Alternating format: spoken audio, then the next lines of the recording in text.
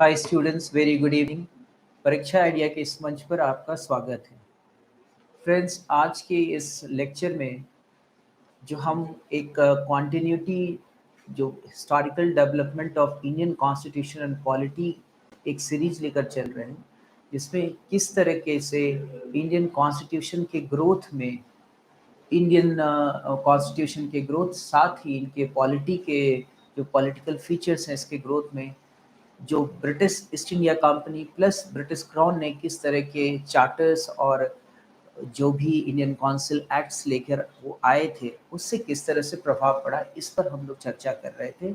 उसी सीरीज में आज के इस लेक्चर में हम देखेंगे कि जो हमारा इंडियन काउंसिल एक्ट रहा 1892 का, वो आखिर क्यों इंडियन 1892 में आता है, उसमें क्या क्या बदलाव लेके आता है।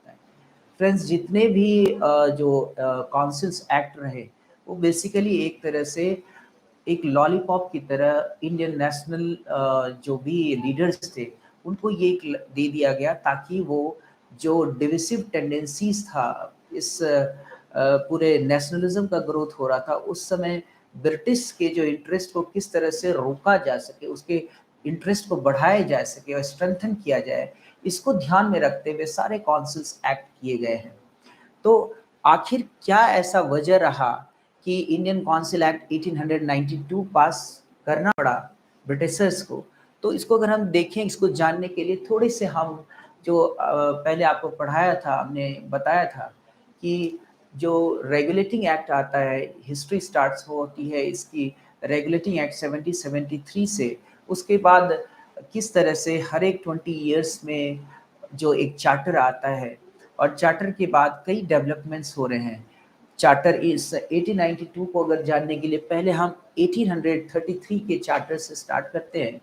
आपको फ्रेंड्स पता होगा कि पीस इंडिया एक्ट में आते आते जो गवर्नर जनरल के एग्जीक्यूटिव काउंसिल थे उसके नंबर्स ऑफ एग्जीक्यूटिव मेंबर्स को घटाकर 4 से 3 कर दिया गया था, ताकि जो गवर्नर जनरल और एग्जीक्यूटिव में जो कॉन्फ्लिक्ट था, जिसके वजह से काम हैम्पर हो रहा था लेजिस्लेटिव प्रोसेस, उसको एक वीटो पावर देने के लिए इस तरह के प्रोविजंस लाए गए।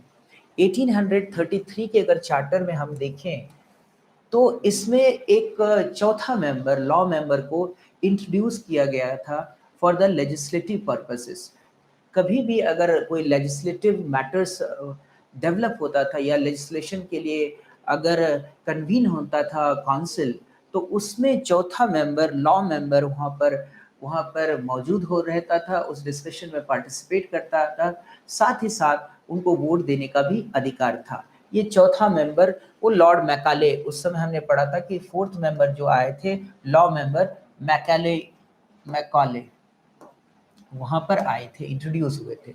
साथ ही पहली बार 1833 में ये महसूस हुआ कि इसमें इसने सेपरेट किया दो चीज़ों को, एग्जीक्यूटिव फंक्शन और लेजिस्लेटिव फंक्शन को। माना गया कि बोथ आर डिफरेंट सब्जेक्ट्स, और लेजिस्लेटिव जो प्रोसेस है उसको करने के लिए अलग तरीके का स्पेशलाइज्ड मैकेनिज्म चाहिए, साथ ही साथ जो प्रोसीजर उसके होंगे वो अलग होंगे। तो इसको ध्यान में रखते हुए 1833 में इस तरह के प्रोविजंस लेके आए गए। उसी समय आपको याद होगा कि 1833 में जो इंडिपेंडेंट पावर था किसको दिया हुआ था, जो प्रेसिडेंसी के गवर्नर को जो इंडिपेंडेंट पावर था लेजिस्लेशन, उसको भी 1833 के एक्ट में उनसे ले लिया गया, उनकी पावर को कर्टेल कर दिया गया, और होल सोल जो एक्सक्लूसिव राइट जो लेजिस्लेशन था वो किसको दे दिया गया था, गवर्नर जनरल को दे दिया गया था। लेटर ऑन जब हम आगे बढ़ते 1833 के बाद 1853, 20 साल के बाद एक और चार्टर आता है, दैट इज 1853 का चार्टर जो आप देख रहे होंगे। उसमें जो 1833 के चार्टर में जो फोर्थ मेंबर को इंट्रोड्यूस किया गया था एज अ जो लीगल मैटर्स के लिए उनको लाया गया था, लेजिस्लेशन पर्पस, लेजिस्लेटिव पर्पसेस के लिए, अब उनके पोजीशन को क्या किया गया, एक स्ट्रेंथन कर दिया गया, मतलब एज अ परमानेंट मेंबर उनको एग्जीक्यूटिव काउंसिल में जगह दे दिया गया, और फुल टाइम मेंबर के रूप में वहां पर एग्जीक्यूटिव काउंसिल में वो इंडक्टेड हो गए। इसके साथ में इस समय में एक इम्पॉर्टेंट डेवलपमेंट जो पहले 1833 में हुआ था कि distinction between executive and legislative body, दोनों बॉडीज को क्या किया था, इस पहले वहां पर ये महसूस हुआ था कि लेजिस्लेटिव फंक्शन जो है एग्जीक्यूटिव फंक्शन से बहुत डिफरेंट है और इसके लिए स्पेशलाइज्ड बॉडी होना चाहिए, उसके अलग प्रोसीडिंग्स होते हैं, ये होने चाहिए। साथ में 1853 में आते आते ये डिस्टिंक्शन क्या हो गया, मोर मार्क्ड यहाँ पर हो जाता है। क्यों होता है, क्योंकि अब ये डिमांड होने लगा जो कि जो size of the council for legislative purposes was increased.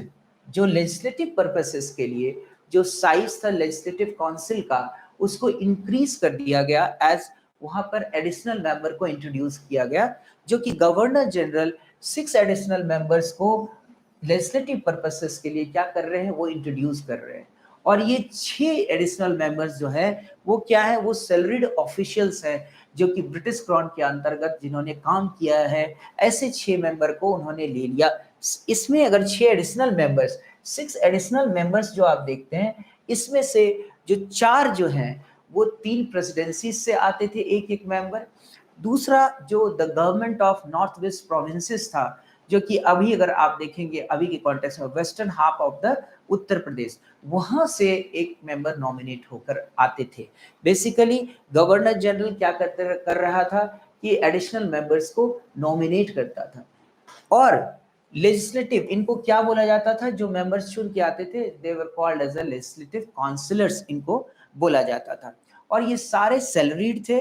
और इस तरीके से आप देखते हैं कि 1853 जो चार्टर एक्ट था, उसके बाद इसी में द लेजिस्लेटिव काउंसिल ने 1854 में उसने लेट डाउन किया एलोबरेट जो procedure for the transaction of business. उसने बोला, उसमें ये बोला गया कि जो लेजिस्लेटिव जो काउंसिलर्स थे उनका काम लॉ बनाना था, साथ ही साथ it become a body enquiring into the grievances, जो भी ग्रीवेंसेस थे उनको इंक्वायर करने का इनको अधिकार था। अब यहाँ पर पहले ही सवाल जो 1833 में देखा आपने, उसमें क्या था कि जो प्रेसिडेंसीज के पावर थे टू लेजिस्लेट, उन चीजों को वापस ले लिया था, एक्सक्लूसिव राइट दे दिया गया था गवर्नर जनरल को। लेकिन 1853 में इस ये बोन ऑफ कंटेंशन हो गया और लगातार ये डिमांड हो रहा था कि इवन प्रेसिडेंसीज को पावर होना चाहिए लोकल लेवल की लॉज बना सके वो। अब 1853 के बाद कहते हैं कि 18 सबसे बड़ा 1853 और 1858 के समय तक आते आते आप देखते हैं एक बहुत बड़ा चेंजेस आता है। इसमें ये चेंजेस आ रहा है कि 1857 का फर्स्ट वॉर ऑफ इंडिपेंडेंस हो जाता है, जिसको कि सिपाही म्यूटिनी भी कहते हैं। इस फर्स्ट वॉर ऑफ इंडिपेंडेंस के बाद ब्रिटिशर्स ने एक कमेटी बिठाई कि आखिर कहाँ गलती हुई, और इन चीज़ों को जानने के लिए इसमें ये पता चला कि जो ब्रिटिशर्स में थे, ब्रिटिशर्स और इंडियन जो सब्जेक्ट्स थे, उनके बीच में कोई एडमिनिस्ट्रेटिव एक आदान प्रदान नहीं था। साथ में एक डिस्ट्रस्ट था इनके बीच में, और इनको ध्यान में रखते हुए 1858 का भी एक्ट पास किया गया, जिनमें भी कई डॉक्ट्रिन ऑफ लैप्स को खत्म किया गया।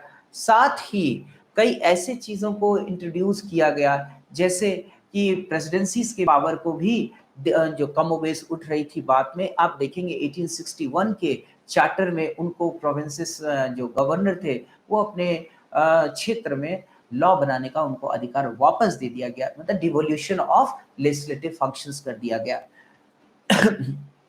सॉरी 1853 जो 20 इयर्स के बाद आप देखते हैं कि फिर 1861 क्या है, for the purpose of legislation the governor general council. अब 1861 में क्या किया गया, जो पहले आप देख रहे हो 1853 तक आते आते एडिशनल मेंबर्स को इंट्रोड्यूस करते हैं फॉर लेजिस्लेटिव फंक्शन। 1861 में इसके दौरान में क्या करते हैं, for the purpose of legislation the governor general council was reinforced bye additional member.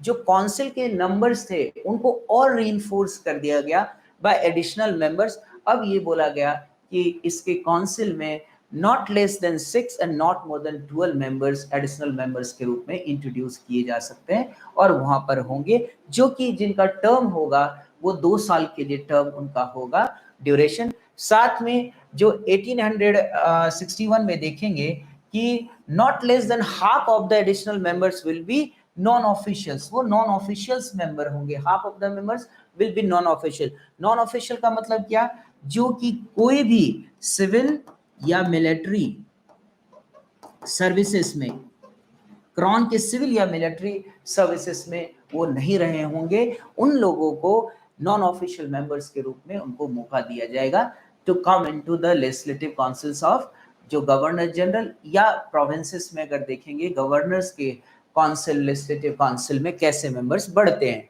इसी समय में आप देखेंगे 1861 में legislative council in other provinces, 3 provinces थे जिसमें लेजिस्लेटिव काउंसिल बनाए गए, जिस बंगाल था, पंजाब रहा और नॉर्थ वेस्ट प्रोविंसेस। जो बंगाल 1862 में बनाया गया, पंजाब 1886 में और नॉर्थ वेस्ट प्रोविंसेस 1887 में बनता है वहां पर। यहाँ पर भी लेजिस्लेटिव काउंसिल्स बनाई जाती है।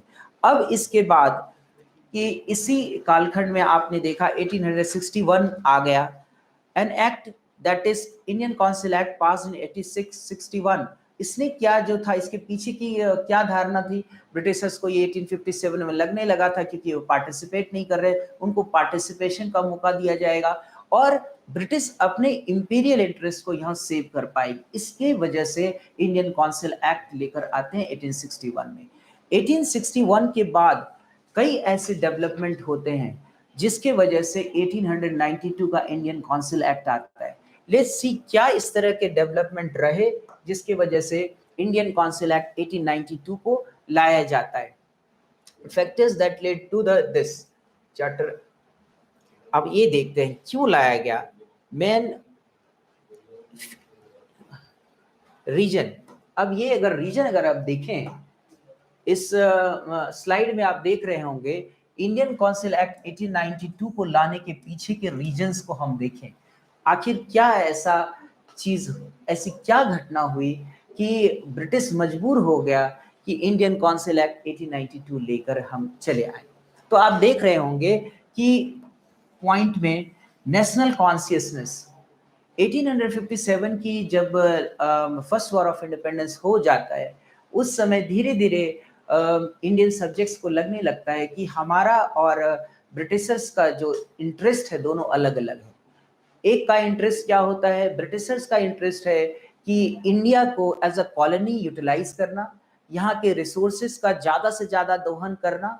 उनकी कभी मंशा नहीं रही कि इंडिया में सेटल होंगे या इंडिया का डेवलपमेंट हो, अनचाहे तरीके से यहाँ डेवलपमेंट होता है यहाँ पर।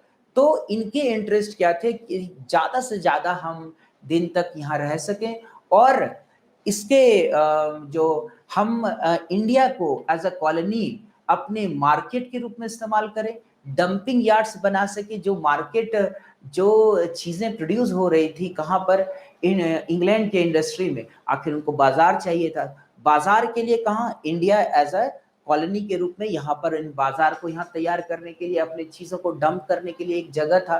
तो इनके लिए क्या हुआ, धीरे धीरे इनको क्या लगने लगा इंडियन सब्जेक्ट्स को कि हमारा इंटरेस्ट और ब्रिटिशर्स का इंटरेस्ट एक नहीं है।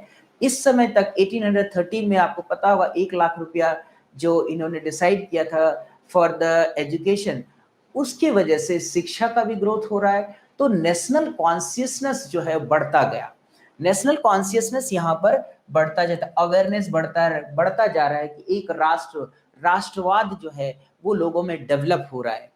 नंबर ऑफ एजुकेटेड इंडियंस, आपको बताया मैंने कि 1813 के बाद से नंबर ऑफ एजुकेटेड इंडियंस की संख्या भी बढ़ने लगी। Demand of nationalist that India, अब नेशनलिस्ट का ये डिमांड था कि जो इंडिया है, India should be govern in the interest of, किसके इंटरेस्ट में इंडिया को गवर्न करना चाहिए, in the interest of the Indian people. Indian subjects थे, उनके इंटरेस्ट में ही इसको आप गवर्न कर सकते हैं। इन चीजों की बात चली। दूसरी बात ये है फिर कि अगर गवर्नमेंट के पर्सपेक्टिव में देखेंगे तो गवर्नमेंट को ये लग रहा है कि 1861 तो बेहतर तरीके से चल रहा है, लेकिन 1861 में एक सीड इन्होंने डाला था, दैट इज कि हम एक रिप्रेजेंटेटिव फॉर्म ऑफ गवर्नमेंट के रूप में जा रहे हैं। लेकिन क्या 1861 में जो रिप्रेजेंटेशन जो प्रेसिडेंसी से आ रहे थे, या 4 प्रेसिडेंसी, 3 प्रेसिडेंसीज और एक नॉर्थ वेस्ट प्रोविंसेस से, उसको ट्रू सेंस में रिप्रेजेंटेटिव गवर्नमेंट बोला जा सकता है या रिप्रेजेंटेटिव प्रोसेस? अगर सही से देखेंगे तो वो ट्रू सेंस में representative form of government create नहीं कर पाया। यहाँ पर ये लग रहा है लोगों को कि हमारा रिप्रेजेंटेशन हमारे देश में होना चाहिए, हमारे कोई भी जो चीजें डेवलप हो रहा है या हम अपने डिसीजन खुद ले सके, इसीलिए हमारा रिप्रेजेंटेशन ब्रिटिश गवर्नमेंट में होना चाहिए। साथ ही साथ फीलिंग, यहाँ पर एक फीलिंग डेवलप हो रहा है कि जो इंडिया के इनहेबिटेंट्स हैं उनके क्या है, कॉमन इंटरेस्ट है, एस्पिरेशंस कॉमन है और उनकी एक डेस्टिनी है। तो उनको अपने डेस्टिनी को डिसाइड करने के लिए क्या होना चाहिए, मौका मिलना चाहिए। तो उनको मौका कैसे मिल सकता है कि गवर्नर जनरल्स के लेजिस्लेटिव काउंसिल में उनको पहुंचने का मौका मिले, और साथ ही साथ जो प्रोविंशियल गवर्नर्स जो है प्रोविंशियल लेजिस्लेटिव काउंसिल, वहां पर भी इसी तरह से मौका मिले। ये एक डिमांड रेज हुआ। एक इंपॉर्टेंट घटना और होती है जो कि 1885 जबकि formation of Indian national Congress INC का फॉर्मेशन होता है 1885 में। और 1885 में जब इसका फॉर्मेशन हो जाता है तो फर्स्ट सेशन में ही इंडियन नेशनल कांग्रेस के फर्स्ट सेशन में ये डिमांड उठने लगा कि इंडियंस को अपने लॉ बनाने के लिए इंडियन लेजिस्लेटिव काउंसिल जो ब्रिटिश के गवर्नर जनरल काउंसिल हैं उनमें जगह मिलना चाहिए और सॉरी जगह मिलना चाहिए। और इस वजह से उन्होंने बोला कि central plus provincial legislative council में सीट्स को बढ़ाया जाए।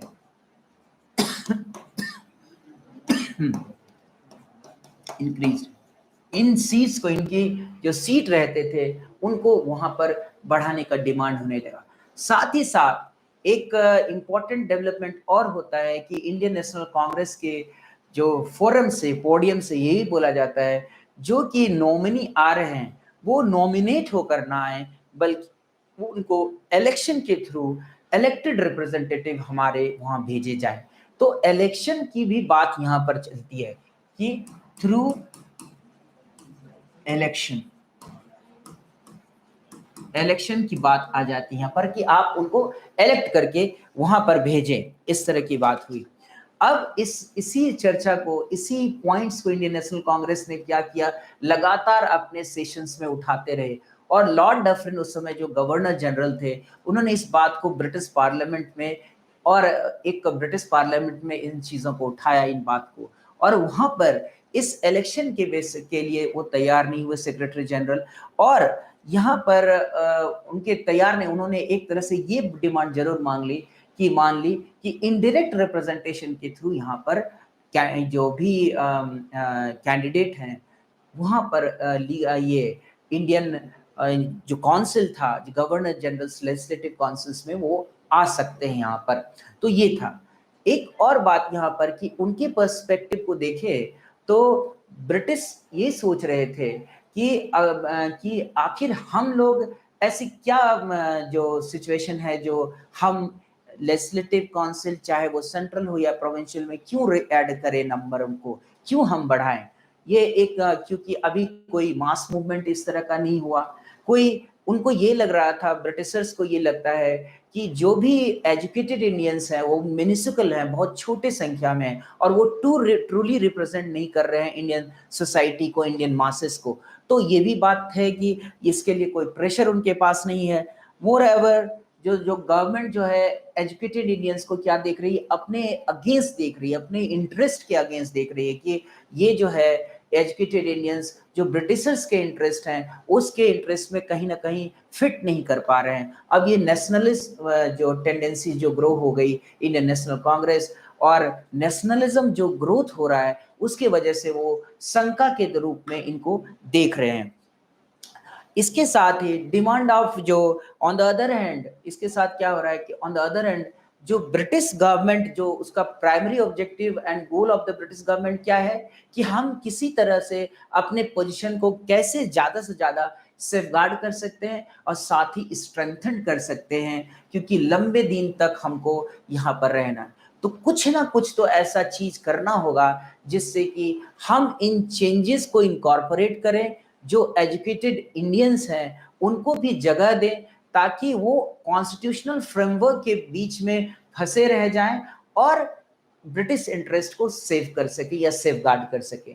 इसी बैकड्रॉप में, इसी बात को ध्यान में रखते हुए 1892 का इंडियन काउंसिल एक्ट आता है। और ये इंडियन काउंसिल एक्ट 1892 जो है वो एक अमेंडिंग एक्ट है। क्यों? 1861 के एक्ट के ऊपर में कुछ नए चेंजेस होते हैं, कोई नया बहुत बड़ा बदलाव नहीं आ रहा है, बस इसमें जो संख्या है, changes in the composition of the legislative body, साथ में उनके जो फंक्शंस हैं उनको इनलार्ज करने की बात होती है। कमोबेश 1892 जो है काउंसिल एक्ट, वो 1861 जो काउंसिल एक्ट था उसी के ऊपर थोड़ा सा एक एडवांसमेंट है, उसके अलावा कुछ भी नहीं है यहाँ पर। तो हम देखते हैं कि मेन प्रोविजंस क्या हैं इसके, मेन प्रोविजंस ऑफ। तो अगर आप यहाँ देख रहे होंगे तो इसमें मेन प्रोविजंस में क्या नजर आ रहा है? Main provisions of the Indian Council act 1892 में दो ही मुख्य मुद्दे जो इन्होंने यहाँ पर थे, मैंने two types of changes introduce किया, changes in the composition of the legislative bodies और इनलार्जमेंट ऑफ फंक्शंस। चेंजेस क्या हुआ था? सेंट्रल लेजिस्लेटिव जो काउंसिल था उसमें minimum 10 members additional members introduce किए जाएंगे और मैक्सिमम 16 मेंबर्स होंगे। लेकिन 1861 में जो नियम था कि जो नॉन ऑफिशियल्स, जो एडिशनल मेंबर्स जो बनेंगे, ऑफिशियल मेजॉरिटी हमेशा रहेगी, वो ऑफिशियल मेजॉरिटी अभी भी बरकरार है, लेकिन फिर भी नॉन ऑफिशियल मेंबर्स को इसमें जगह दी जाती है।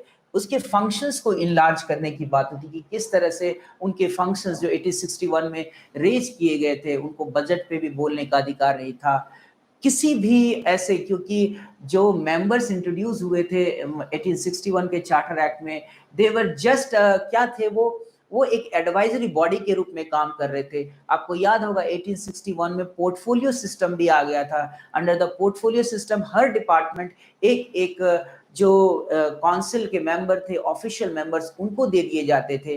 तो वो काउंसिल मेंबर इधर they have the right either to accept the advice or not to accept the advice। तो वहां पर ये प्रॉब्लम था। तो इन्होंने enlargement of the function की लेट्स कि हम कम से कम अपने इन फंक्शंस को, इसने माना कि कुछ फंक्शंस को एनलार्ज करने के लिए दिया जाए ताकि प्लेकेट किया जा सके, जो नेशनलिस्ट टेंडेंसी जो ग्रोथ हो रहा है उसको किसी तरह से रोका जा सके। इस वजह से ये 1892 का प्रोविजंस लाया गया। इसमें जो additional member in the central legislative council, additional member in the central legislative council, जो इसके सेंट्रल लेजिस्लेटिव काउंसिल के एडिशनल मेंबर्स थे, उनकी संख्या मैंने आपको बताया मैक्सिमम 16 मिनिमम 10 होंगे।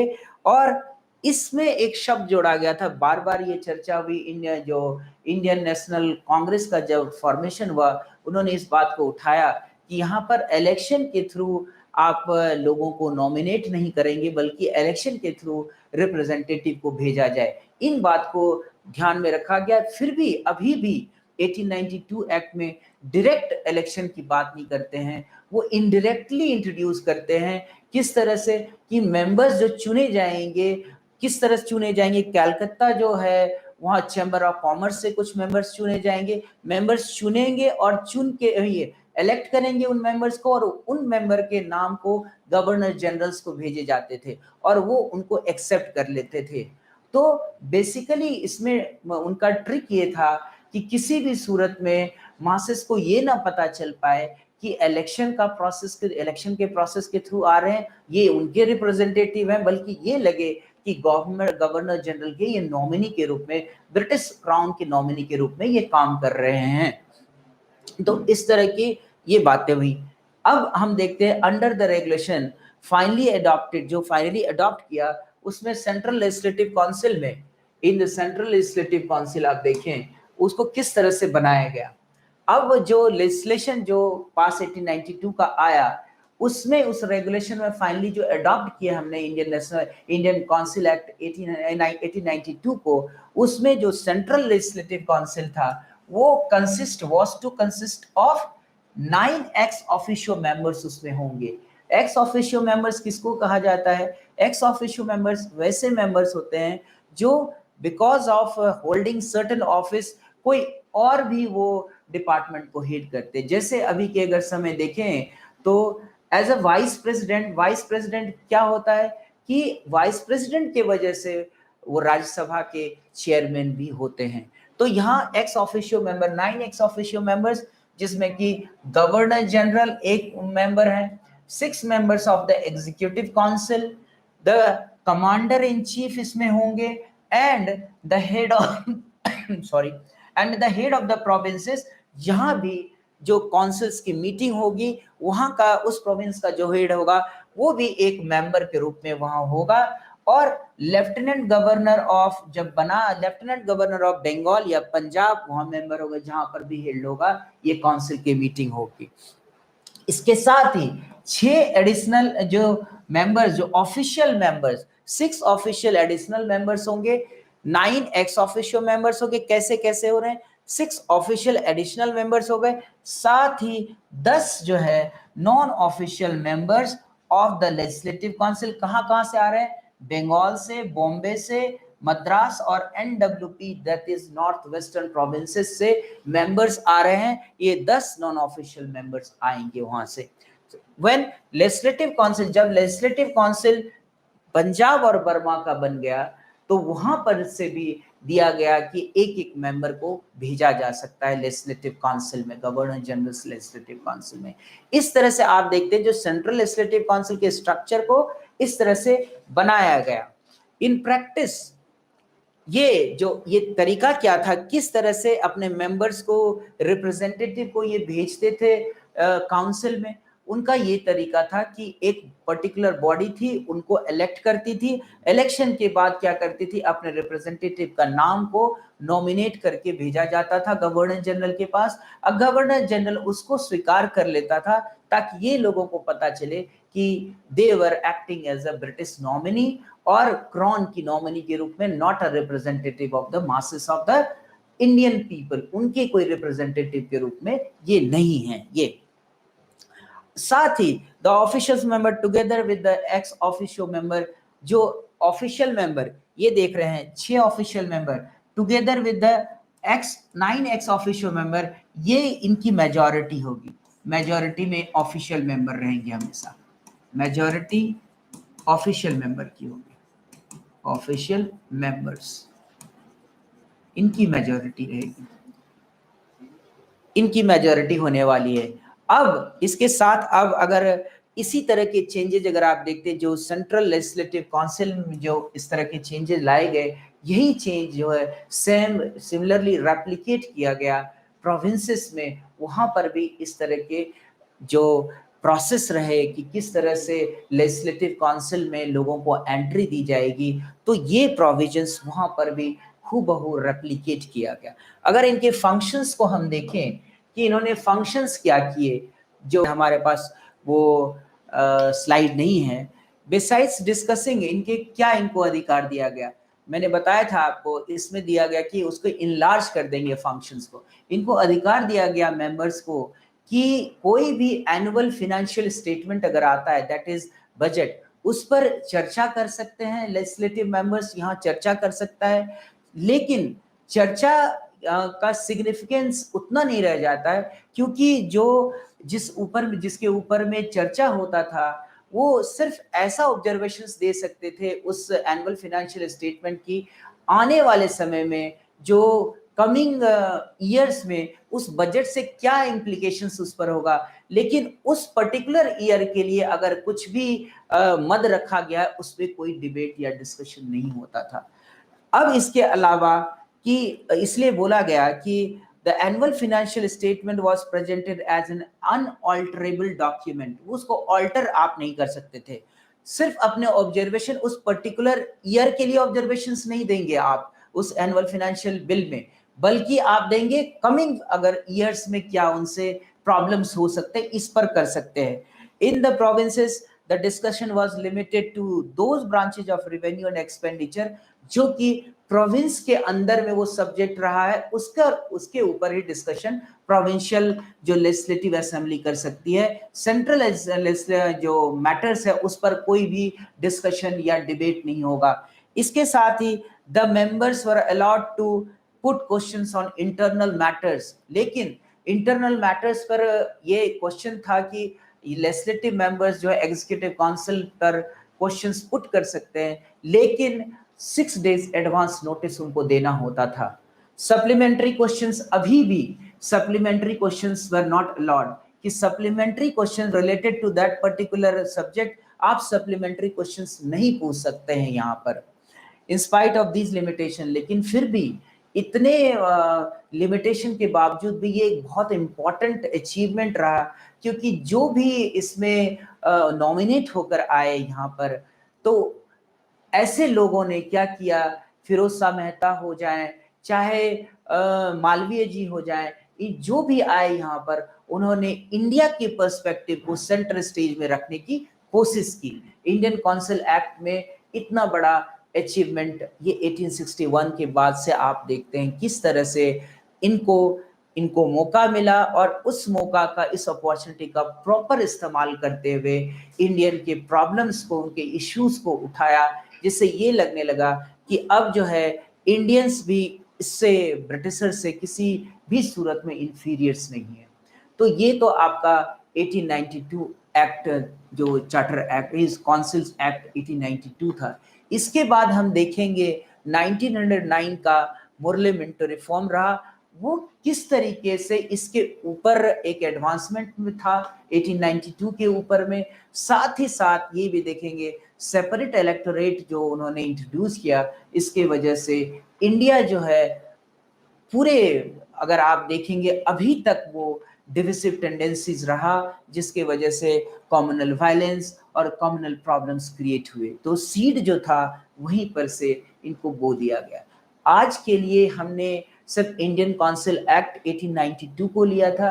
इसके अलावा हमने जो आपको पूरे रेगुलेटिंग एक्ट, साथ में पिट्स इंडिया एक्ट, और जितने 1813, 1833, 1853, उसके अलावा 1858, 61, 1892 का जो सफर हमने किया, इसके कुछ क्वेश्चंस भी हम लेकर आए हैं, ताकि अगर आप उन क्वेश्चंस को कर जाएंगे तो इन चीजों को बेहतर तरीके से समझ सकते हैं। तो लेट्स सी द क्वेश्चन। हम क्वेश्चंस में चलते हैं और क्वेश्चंस लेने की कोशिश करते, देखते हैं कि आखिर क्वेश्चन में जो हमने पढ़ा हमें याद है या नहीं याद है। हम अगर रिकॉल कर पाएंगे तो इनसे बहुत हमें हेल्प मिलेगा, ताकि हमको ये लगेगा कि हम अभी तक जो कर रहे हैं वो सही कर रहे हैं। या पहला क्वेश्चन है, in which of the following acts the provisions, in which of the following acts the provision was made for the establishment of Supreme Court at Calcutta। अगर आपको याद होगा कि सुप्रीम कोर्ट एट कैलकटा जो है, किस provision से आपने, प्रोविजन जिसके द्वारा ये बना, तो अगर act of regulating act of 1773 याद होगा तो आपको ये आंसर इजिली आप इसको कर सकते हैं कि supreme court at Calcutta by the regulating act of 1773, 1774 में सुप्रीम कोर्ट एट कैलकटा बना। और sir Elijah Impey chief justice कौन थे? Sir Elijah Impey chief justice थे उस समय। ठीक है, ये एक्सप्लेनेशन भी आप अगर देखें तो एक्सप्लेनेशन में देखें, the provision for the establishment of the supreme court at Fort William, Calcutta was made in the Regulating Act 1773. Sir Elijah Ampe was the first Chief Justice of this Supreme Court. First Chief Justice of this Supreme Court. यहाँ पर ये clear हो गया। ठीक है, तो ये चीज होपफुली आपको पता होगा। 1773 के बेसिस पे, रेगुलेटिंग एक्ट के बेसिस पे ही सुप्रीम कोर्ट एट कैलकटा बना था। With reference to the establishment of Supreme Court, which of the statement is are correct? अब ये देखें, supreme court eight Calcutta was established by the regulating act. क्या कौन से स्टेटमेंट सही है? Supreme court eight Calcutta was established by the regulating act, आपको पता है ये सही है। लिमेस्टर was the first chief justice of this court, ये गलत है क्योंकि आपको पता है सर एलिजा एम्पे ये थे क्या, first chief justice of this court थे। तो आंसर क्या हो गया आपका, बोथ, सिर्फ एक आंसर आएगा, वन ओनली। ठीक है, इसी प्रकार हम क्वेश्चन को आगे बढ़ाते हैं। अब है question, match list 1 with list 2 and select the match the following करना है। अब ये देखें, establishment of board of control, कब स्टेब्लिश किया गया बोर्ड ऑफ कंट्रोल को? तो बोर्ड ऑफ कंट्रोल अगर आपको पता होगा, सबसे पहले आप देख लें स्टेब्लिशमेंट ऑफ सुप्रीम कोर्ट कब किया गया, रेगुलेटिंग एक्ट 1773 से किया गया। Permission to English missionaries to work in India कब किया गया, 1813 में आप लेके आए कि एक साथ साथ ये भी लेके आए कि जो भी क्रिश्चियन मिशनरीज है इंडिया में आ सकते हैं, अपने धर्म का प्रचार प्रसार कर सकते हैं। अपॉइंटमेंट ऑफ लॉ मेंबर, जो मैकाले आए थे, मैकाले ये कब आए थे, चार्टर एक्ट ऑफ 1833 के साथ। और establishment of board of control कब किया गया था, आपको याद होगा कि ज्वाइंट गवर्नमेंट चल रहा था, एक तरफ बोर्ड ऑफ कंट्रोल जो ब्रिटिश पार्लियामेंट की तरफ से, और एक था कोर्ट ऑफ डायरेक्टर्स जो ब्रिटिश ईस्ट इंडिया कंपनी, इनके चीजों को देखता था, और बोर्ड ऑफ कंट्रोल सुपरवाइज करता था कोर्ट ऑफ डायरेक्टर्स को। तो आंसर क्या हो गया, आपने देख लिया, establishment of board of control, पिट्स India act. तो अगर आंसर में जाएं आप समझ गए होंगे। देखें अगर इसके एक्सप्लेनेशन को, regulating act 1773, Pitt's India act 1784, charter act, establishment of supreme court, establishment of board control, permission to English missionaries to work in India, appointment of law members. आपको मैंने बताया ये चीज।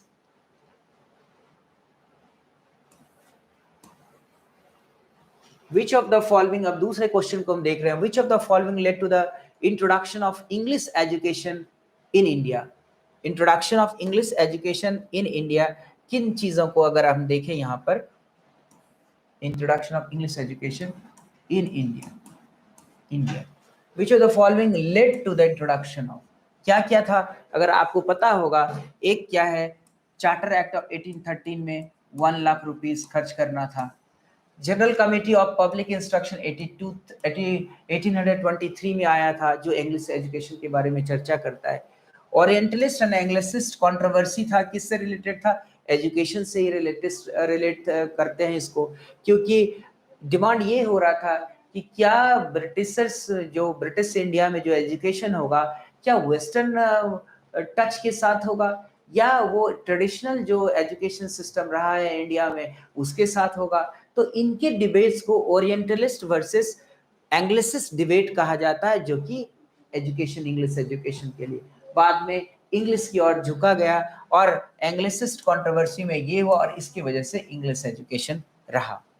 ठीक है, तो अगर इसको देखा जाए, अगर आंसर आप देखें तो चार्टर एक्ट ऑफ 1813 सारे सही हो जाएंगे, 1, 2 एंड 3, डी आंसर इसके आ जाएंगे 1, 2 एंड 3,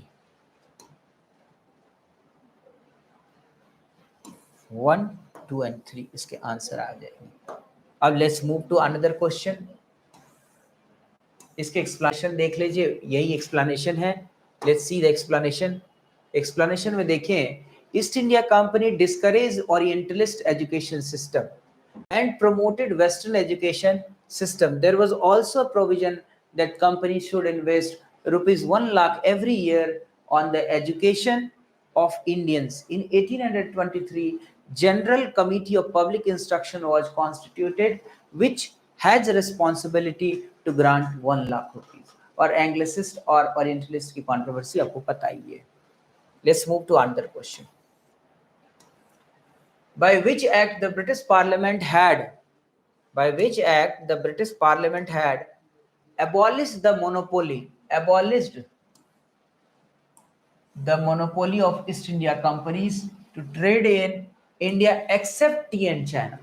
आप जब चार्टर एक्ट पढ़ रहे थे तो आपको ये पता है कि 1813 में कुछ ऐसे सिचुएशंस डेवलप हुए जबकि ब्रिटिश ईस्ट इंडिया कंपनी की जो मोनोपोली थी, इस मोनोपोली को, क्योंकि आपको याद होगा नेपोलियन बोनापार्ट ने जो कॉन्टिनेंटल ब्लॉकेड किया था, इसके वजह से ईस्ट इंडिया कंपनी के ट्रेडर्स और मर्चेंट्स में क्या हुआ, एक अफरा तफरी मच गई और उन्होंने डिमांड किया कि जो ये मोनोपोली को ख़त्म किया जाए और हमें भी अपने सामान को खपत करने के लिए मार्केट मिलना चाहिए और इस वजह से इंडिया में भी हमें ट्रेड करने दिया जाए। और इसी को ध्यान में रखते हुए 1813 में जो मोनोपोली थी ईस्ट इंडिया कंपनी की, trade in India except tea and China, अभी tea and trade in tea and China अभी खत्म नहीं किया गया था, इसकी मोनोपोली बरकरार रखी गई थी। तो कब हुआ था ये? हुआ था कब? 1813 में,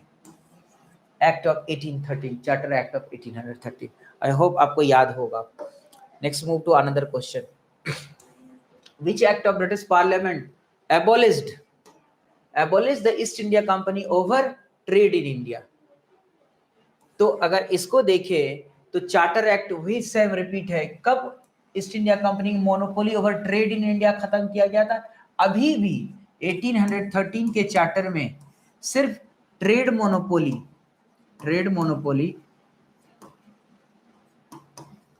को खत्म किया गया था। टी एंड चाइना के साथ ट्रेड करने की मोनोपोली अभी बरकरार थी इनकी।